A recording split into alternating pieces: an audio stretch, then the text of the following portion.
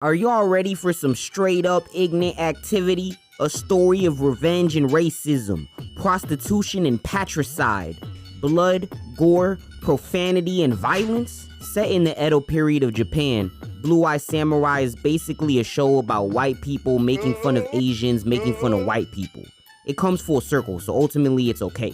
Because even though it feels like an anime, it's technically not since it's French in origin, but that's besides the point. Our main character is Mizu, and throughout the first episode, they try to make it seem like Mizu's a man, but if you watch it in English, it's a hard sell, cause by that voice, she's obviously a girl.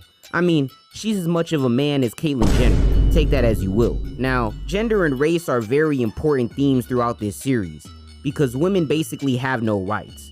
I mean, there's this scene where a woman is denied the right to travel because her husband died, and for some reason, women cannot travel without, and I quote, a chaperone.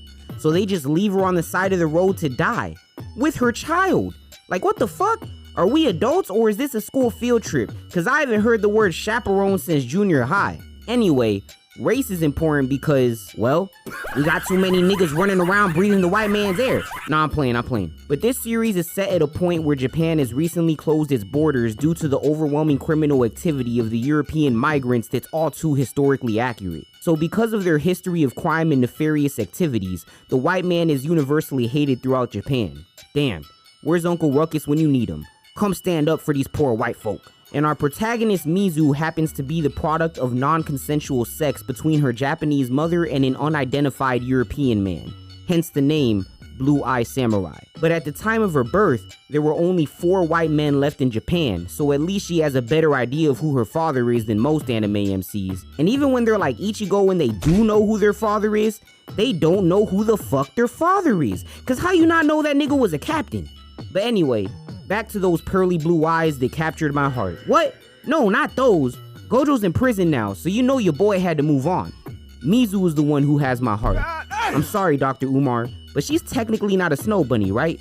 So because of the racial stigma, Mizu's childhood was filled with self-loathing and bullying, culminating with the murder of her mother. So it's safe to say that she is pissed. Call her Tupac, cause it's her against the world. Now, her ultimate goal is to find these 4 white men and kill them one by one, since one of them must be her father, making him responsible for the tragedy that has been her life. And later we find out that before the show even started, she already killed one of them, so there's 3 left now. And to me, this show has some of the best character interactions of any anime, because the female characters are actually realistic. I mean, we got some boss bitches right here, but I ain't finna get too deep into that, cause our other female lead has yet to be introduced. So with that out the way, let me run down the play for y'all. Boom. They let you know what type of time they on off the rip, cause this old nigga got 2 young hoes that he trying to pimp on. And this nigga tripping. He keep grabbing her by the face like my mama used to do when I was acting up, and he ends up bumping the waiter, who's our second main character named Ringo, and causes him to spill all the soup. So he haul off and slap the shit out of Buddy, and instantly up the gleeky on him. So now we got a classic nigga moment. He was so mad he even started talking heavy. He was like, "Fuck wrong with you, boy? With your fat ass? Why you got that headband on like you trying to be a Naruto character? What? You from the village hidden in the snack aisle? Who's your Hokage, Ronald McDonald? Do you know who I am? I bet your mama do. I'm a pimp named Hachi, bitch. With them dusty wristbands on trying to be Allen Iverson. The only thing getting crossed is you. Off my hit list, nigga." And I'm just thinking, why is this ugly old ass dude talking? I mean, his hair look like a NASCAR track. Hair lights probably be riding bumper cars on his head. And then he got a goddamn landing strip on the middle of his head looking like female pubic hair. But what do I know? Maybe that was the style for ugly niggas back then. Anyway, he pulls out this Fortnite revolver and he was about to blick Ringo until Mizu the motherfucking menace jumped in and gave him that blade work like Gilgamesh.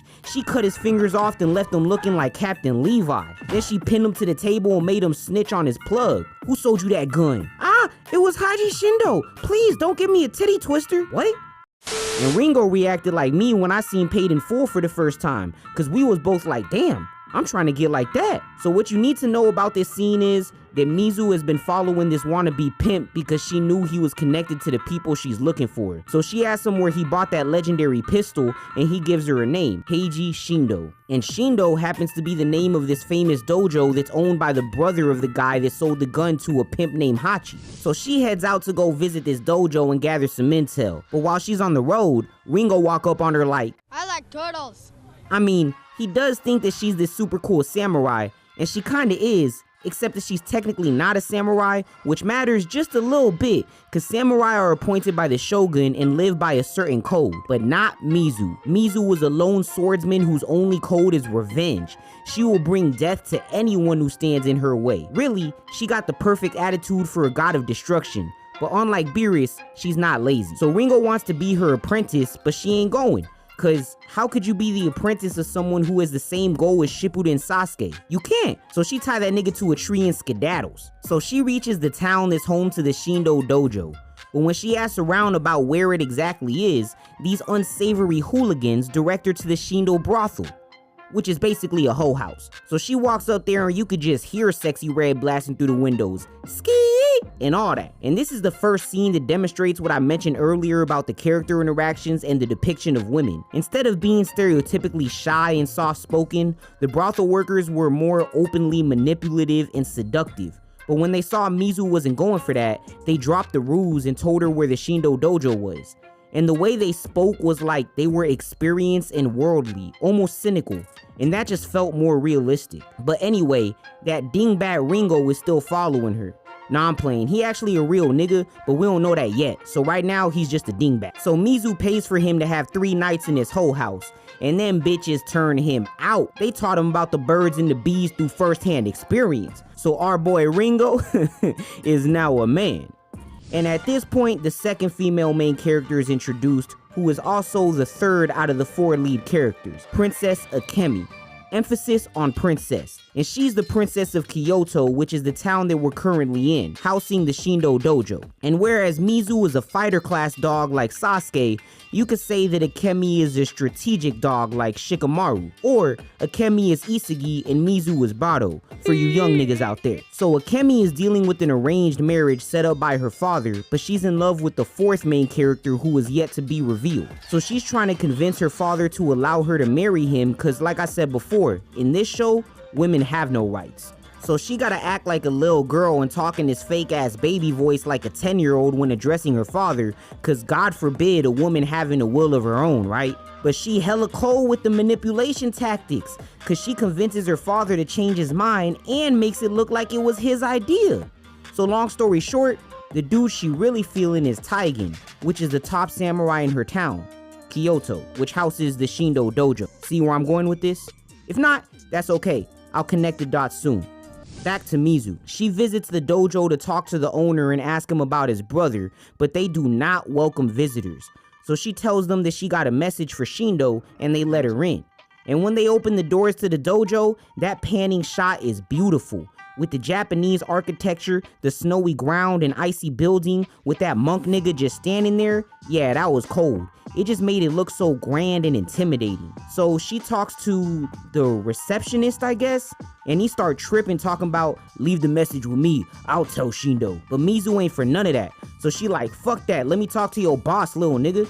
Which puts them at an impasse, if you will. Cause the samurai of the dojo is feeling themselves cause they on the home field and they got Gengi to back them up. But they ain't know that Mizu was built quite differently. Cause Mizu was a motherfucking menace. You better watch out for the blue-eyed Onryo. So a fight is unavoidable. And, well, Mizu beat they ass just like Ip Man when he went to the dojo by himself. First, she start talking heavy like, yo dojo is trash. You got this Mickey Mouse cookie cutter style of fighting. Y'all like the McDonald's of samurai. But they ain't listen, so they try to jump her and end up getting reverse jumped like a Gojo fight. But it wasn't that serious cause they were just using wooden swords, but still, she violated this dojo. Dog, she broke this nigga's arm in half and had his bone poking out through the skin. Then she smacked the other dude on the Achilles heel so hard that he needed a revive. Then she karate chopped this dude's jaw so hard I'm pretty sure she broke it. I bet he talk like 50 Cent now. Then she palms this dude's face like Shigaraki, stuck her hand in his mouth and yanked out his 2 front teeth, threw him into his homie and started bashing his face with the wooden sword so that the back of his head did collateral damage to his homie's face. Like, how do you even think of that, let alone accomplish it? That sequence alone is some of the best hand-to-hand combat I've seen since Naruto and Sasuke jump Momoshiki. But we not even done, cause more samurai run up on her and she starts weaving effortlessly like she just unlocked Ultra Instinct. Then she bounces her sword off the ground into someone's face like a goddamn NBA trick shot and barehanded disarms someone else to take his sword and fight with it. Like, yo, the animators were fooling with this one, cause this goes crazy. And if getting your sword swiped is anything like getting your gun took, that man cannot show his face in that hood no more. Then she uses the new sword to crack this nigga's nuts like Denji, which makes him scream. So she stuck the sword in his mouth sideways like a horse bridle and rips a couple of his teeth out too. I swear, at this point we should just call her Johnny Dang, cause she will get up in your grill. Now this next part is probably the craziest thing that happens this whole fight. The dude's teeth are stuck in her sword, so she flips the sword in the air to dislodge them, catches the sword, and before the teeth can hit the ground, she smacks them like Barry Bonds and hits the last dude in the eye with his homie's tooth. So they gotta go call the best samurai in the school to try to stop her. And what do you know? It's Taigen, soon to be married to Princess Akemi. And real quick, that old dude that went and got Taigen was looking mad funny. He had a diagonal mark across his face from Mizu's sword, and that's just hilarious, cause you know he got violated off screen.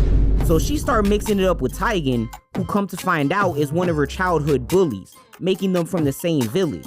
And he wasn't just a normal bully either. I mean, he almost killed her. They show a flashback where he almost dropped a rock on that bitch like Obito. So she got real beef. I'm talking Thorfinn and Askeladd, you feel me? So finally, it's a close fight. They are destroying this dojo trying to win, and she kinda winning until Taigen breaks her previously commandeered wooden practice sword. So they go outside to fight with their real swords and have an official duel, and he beats her. Until she turns into Rock Lee and reveals that she's been wearing weights this whole time. So she takes her weights off and rubs dirt on her face like Gladiator. Well, it was actually snow, but still. And she straight violates this nigga. I mean, she beat him so easy it was anticlimactic. So the master of the dojo finally comes out and she gets to ask him about his brother, which is the guy she's been looking for this whole time. And the master's just like, you did all this just to find out where my brother is? Damn straight, nigga. So tell me or I'll finish off your top student. So he tells her and she politely leaves. So this could have all been avoided by that simple conversation, but niggas will be niggas. And as she's walking away, Taigen just had to call her a dog. But he didn't mean it in a good way, he meant it in a bad way. So she ran up and cut his ponytail off, left him disgraced in front of all his homies. Now he got a bald spot like George Jefferson. But he did have a golden hair clip, so on her way out of the village, Mizu gave it to that woman I mentioned before that couldn't travel without her husband that was her chaperone. So Mizu did something kinda nice this episode. And the episode ends with Ringo walking up on Mizu again while she was in a hot spring, and it's revealed that she is in fact female. And it's supposed to be a big surprise, but like I said, it was obvious the whole time. So the final thing we see is Heiji Shindo, the man himself, is with a white man. One of the 4 left in Japan. Well, now it's 3, because like I said, Mizu killed one. So now we know that this is why Mizu was looking for him. And Heiji and this white man hire a menacing looking group called the Four Fangs to find Mizu and kill her. And trust me, the gangsta shit continues in the next episode.